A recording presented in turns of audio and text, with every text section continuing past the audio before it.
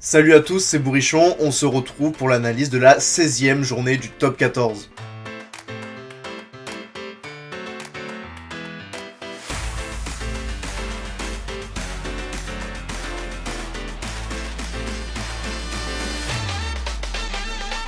On commence tout de suite par les matchs comme d'habitude et plus particulièrement ceux qui m'ont plu et on va commencer par le dernier match de cette journée, à savoir Clermont-Stade Toulousain. Dans ce match, c'est simple, ce sont les jeunes Toulousains qui ont fait la loi. On a vu que Toulouse avait amené une équipe remaniée due aux nombreux blessés et surtout aux nombreux internationaux avec l'équipe de France. Il y avait notamment un pack avec 21,5 ans de moyen âge, c'est très jeune. Mais bon, ces jeunes Toulousains ont énormément de talent et c'est grâce à eux que Toulouse a pu gagner ce match. Bon, après, faut dire que Toulouse a bien été aidé par le carton rouge de Ojovan dès la 11e minute, mais bon, ça c'est une autre histoire. Puis ce qui est frappant, c'est que Toulouse, même avec une équipe bis, leur jeu est toujours très agréable. On l'a vu déjà la semaine dernière contre Eunax, encore une fois contre Clermont, c'est hyper agréable à voir et ça doit être très bien à jouer. Et on a l'impression que peu importe l'équipe, Toulouse, ils arriveront à mettre des joueurs qui savent jouer au ballon, qui savent être présents pour ce genre de gros rendez-vous. De son côté, l'ASM, elle s'est fait piéger. J'ai l'impression qu'elle a un peu confondu agressivité et méchanceté. On l'a vu notamment avec le carton rouge de Jovan, mais aussi le carton jaune de Kremer qui a été à la limite tout le match. Je pense que Clermont a été frustré du fait qu'elle se fasse tenir en échec par ces jeunes Toulousains. Et par conséquent, ils ont voulu être plus durs à l'impact, plus méchants, mais trop. Ils se sont retrouvés à 13 contre 15 à un moment. Bon, c'est pas non plus été trop préjudiciable, puisqu'ils ont quand même marqué un essai pendant cette période. Faut dire aussi que Baptiste Germain les a bien aidés à rester dans le match. On a parlé du Stade Toulousain et de la Haute-Garonne, et maintenant on va partir à côté dans le Tarn, où Castres recevait l'Union Bordeaux-Bègles. Alors là, c'était l'affrontement de deux équipes aux dynamiques différentes. On a d'un côté le Castres Olympique qui surfe sur une bonne dynamique avec une victoire à Pau et dernièrement une victoire à domicile contre Toulon.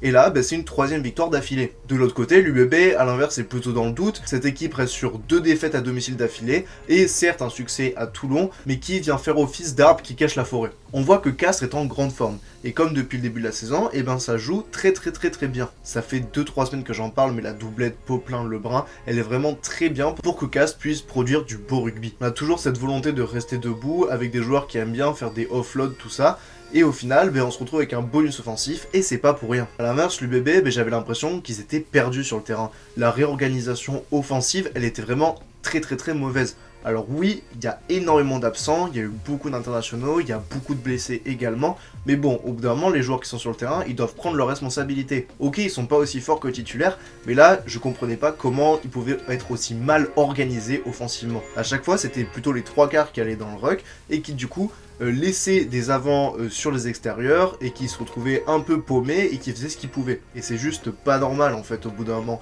Perdre à Castres, c'est une chose, et c'est plutôt logique de perdre à Castres, c'est difficile d'aller y gagner, mais perdre à Castres de cette manière-là, c'est très inquiétant. Une autre équipe qui inquiète maintenant, c'est le Racing 92 qui recevait le Stade Français Paris. Et en fait, le Stade Français, il a pas eu grand chose à faire, comme depuis quelques semaines, c'est toujours le même schéma. Une grosse défense, une grosse pression, et après des ballons de récupération exploités magnifiquement. Le Stade Français a un certain pragmatisme dans son ADN, et ce week-end, ça n'a pas dérogé à la règle. Bon, en plus, ce week-end, il y avait un cheat code qui se nomme Peñassi Dakuaka, mais bon, on y reviendra plus tard. Le Stade Français en fait a un plan de jeu très minimaliste, mais c'est diablement efficace depuis quelques temps, surtout depuis cette période de doublon. De l'autre côté, le Racing, c'était un match encore une fois à oublier, c'est la 3e défaite à domicile d'affilée après Toulouse et Montpellier. Ça commence à être inquiétant. Surtout que là, on avait Max Spring qui était en 9, donc c'était la première fois de sa carrière qu'il était titulaire à la mêlée, et donc ça s'est vu parce que il n'y a pas eu de gestion. Le pauvre Martin Méliande, qui est plutôt un bon joueur, là avec un 9 qui en fait n'en est pas un,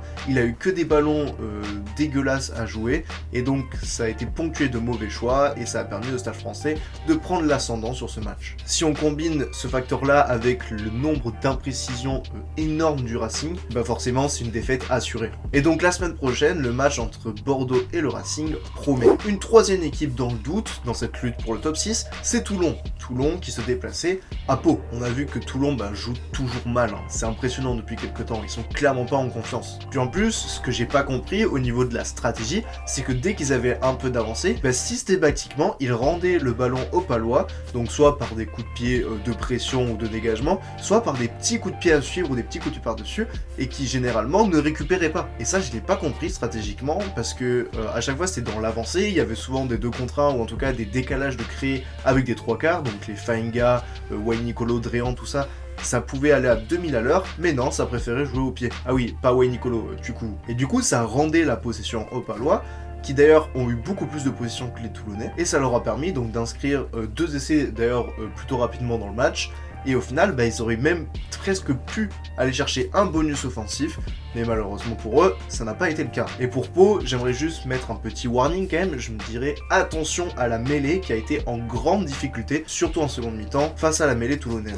Une autre équipe qui a été en difficulté en mêlée, ça a été Bayonne, qui se déplaçait à Montpellier. Alors ce match, ça a été un match quand même assez plaisant à regarder. C'était 2 équipes qui avaient des stratégies offensives différentes, mais similaires. Je vais m'expliquer. En fait, c'était donc des équipes qui avaient une volonté de jouer, mais juste dans la conduite du jeu, c'était un petit peu différent. On avait d'un côté Montpellier qui jouait un maximum sur les extérieurs, sur la largeur, pour pouvoir étirer la défense, et donc dès qu'ils faisaient des retours, qu'il y ait des trous et qu'ils puissent percer. Ça a été notamment le cas sur l'essai de Paenga à Mossa en début de match. La défense de Bayonne n'a pas été ridicule du tout, elle s'est plutôt bien adaptée, mais bon, à force de défendre, forcément, tu fais des fautes, tu laisses des espaces et donc tu prends des essais. De l'autre côté, Bayonne, au niveau offensif, a fait le choix de lui de plutôt jouer dans l'axe, jouer resserré pour resserrer la défense, et dès que la défense était assez resserrée, pouvoir écarter. Ça a été un choix peut-être un peu moins payant que celui de Montpellier, parce qu'il y a eu certes cet essai de Calandré qui démarre un peu des situations comme ça.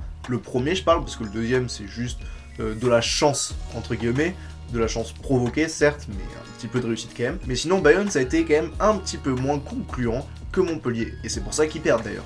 Et d'ailleurs, j'aimerais poser une question, j'aimerais demander pourquoi Bayonne s'est entêté à aller en touche dans les 10 dernières minutes du match, quand il y avait encore 25 à 20, plutôt que de prendre les 3 points. Ils dominaient, ils pouvaient prendre 3 points, histoire de ramener à 2 points et donc une marque, mais non, ils ont préféré aller en touche, et au final, ils se font gratter le ballon, notamment Quentin Béthune, et j'en reparlerai de ce joueur d'ailleurs. Au final, le MHR donc continue sa remontée au classement, il reste 13ème, mais en tout cas c'est je crois la 3ème victoire d'affilée, et Montpellier, ça commence à jouer.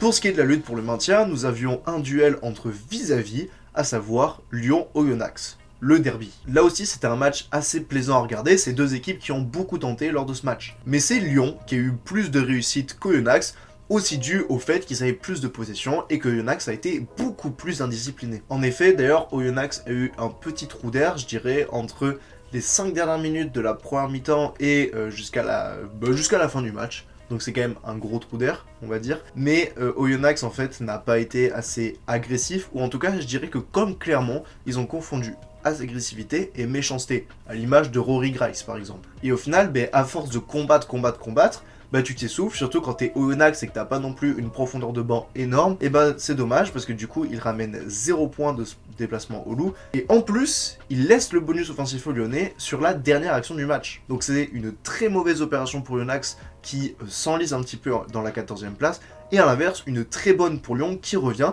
et qui, mine de rien, est à 4 points de la 6ème place. Et enfin, le dernier match de cette journée, ça concernait aussi un prétendant donc au maintien et un prétendant à la qualification, c'était Perpignan-Stade Rochelais. On a eu des Perpignanais assez audacieux et extrêmement réalistes. Les 2 premiers essais qui marquent, c'est des essais qui sont encaissés trop facilement par La Rochelle, mais qui sont surtout très bien joués par Perpignan. Le tout premier de Veredamou, c'est l'exemple type, ballon récupéré, du Guidivalou qui voit qu'il n'y a pas de couverture, coup de pied à suivre, Veredamou qui y croit et qui aplatit juste avant le ballon mort. D'ailleurs, il y a un petit peu d'attentisme de la part de Dulin, je pense qu'il aurait pu se coucher sur le ballon, histoire d'empêcher un essai. Le deuxième, c'est pareil, un ballon de récupération extrêmement bien joué pour le deuxième essai de Tommaso Allan, et au final, Perpignan s'est retrouvé à mener 20-0 assez rapidement. Mais après, ils ont eu un trou d'air, juste après cet essai. La Rochelle, à l'inverse, a commencé à reprendre possession du ballon, à impacter plus fort, et à faire concéder des pénalités à Perpignan. Et La Rochelle a utilisé le pragmatisme, notamment voulu par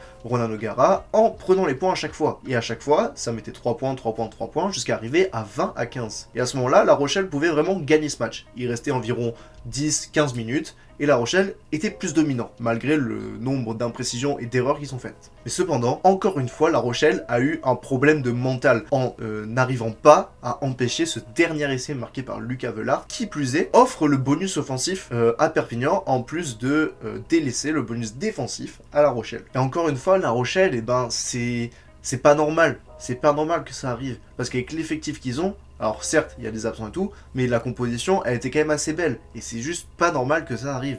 Il y a vraiment un problème de mental cette saison à La Rochelle. Et Perpignan, à l'inverse, fait une très très bonne opération pour le maintien d'ailleurs. Il se retrouve 11 points devant Oyonnax, dernier, et lanterne rouge du top 14. On passe maintenant au top et au flop. En top, je vais commencer par le castré Jack Goudiou, qui marque un doublé déjà, mais qui aussi a été omniprésent en défense, c'est pas souvent passé, même quasiment jamais en face de lui, et qui globalement a été présent en attaque. Franchement, il a fait une très grosse partie, Jack Goudiou. J'ai parlé aussi de David Nignashvili, qui pareil a été dans tous les bons coups de Lyon. Il marque d'ailleurs un essai plein de roublardise, en jouant vite cette pénalité face à des humains attentistes, et plus globalement, il a été dangereux à chaque fois qu'il avait le ballon. Je parlerai aussi vite fait de Cobus Reinhardt, qui a marqué un essai plein d'opportunisme dès 3 ou 4 minutes de match, et qui globalement a toujours mis son équipe dans l'avancée avec son dynamisme caractéristique. Et enfin, le dernier top, c'est évidemment Daku Waka, qui a été juste monstrueux sur la pelouse du Racing. Il y a évidemment son essai incroyable en solitaire, mais au-delà de ça, il marque déjà un essai avant, il fait une passe décisive. Et il y a une action aussi où je me souviens bien, il perce et il a 2 doigts de marquer un autre essai, mais il se fait reprendre par Kemensak. Enfin bref, Daku Waka, il a été dangereux sur chaque ballon. C'est clairement l'homme de la journée pour moi. En flop, maintenant, je vais parler de Christian Ojovan. Juste faire un geste comme ça, c'est débile et c'est inacceptable. Donc là, il va prendre une grosse suspension, j'espère. Je n'ai rien contre l'homme, mais en tout cas, l'action, elle est bête. Je parlerai aussi de Rory Grice, qui pareil, dans le même style, a été trop agressif, j'ai trouvé. Déjà, il y a ce plaquage sur Tchatchet où il s'en sort très bien. Bon, après, le plaquage est normal, mais bon, si ça touche la tête, franchement, ça peut être carton jaune. Petite mention aussi à Lobzalidze, qui j'ai trouvé vraiment mauvais dans sa gestion sur le match Pau-Toulon, qui d'ailleurs se fait intercepter par Luke Whitelock, alors que franchement, ils avaient tout le temps possible pour se dégager, les Toulonnais. Enfin, le dernier flop, c'est Quentin Béthune, qui a fait une rentrée catastrophique. En mêlée, il s'est fait manger par donc la mêlée Montpellier-Rennes. Et dans le jeu aussi, pas très impactant. Il se fait même gratter un ballon à 5 mètres de la ligne parce qu'il part tout seul. Alors, petit point sur le classement, donc on a toujours les 2 leaders qui sont échappés. On a Castres qui revient, mais qui est tout de même à 6 points. Puis après, on a un enchaînement d'équipes qui sont plus ou moins en confiance ou à l'inverse en doute, comme le Racing, l'UBB ou Toulon. Et derrière, on se rend compte que Oyonnax est vraiment distancé maintenant, il va falloir aller récupérer des points. Voilà, cette vidéo sur la 16e journée du top 14 est à présent terminée. J'espère qu'elle vous aura plu. Si c'est le cas, n'hésitez pas à vous abonner, activer la cloche pour avoir toutes mes nouvelles vidéos, mettre un like et écrire un commentaire, ça m'aiderait grandement. Bref, c'était Bourrichon. Ciao ciao.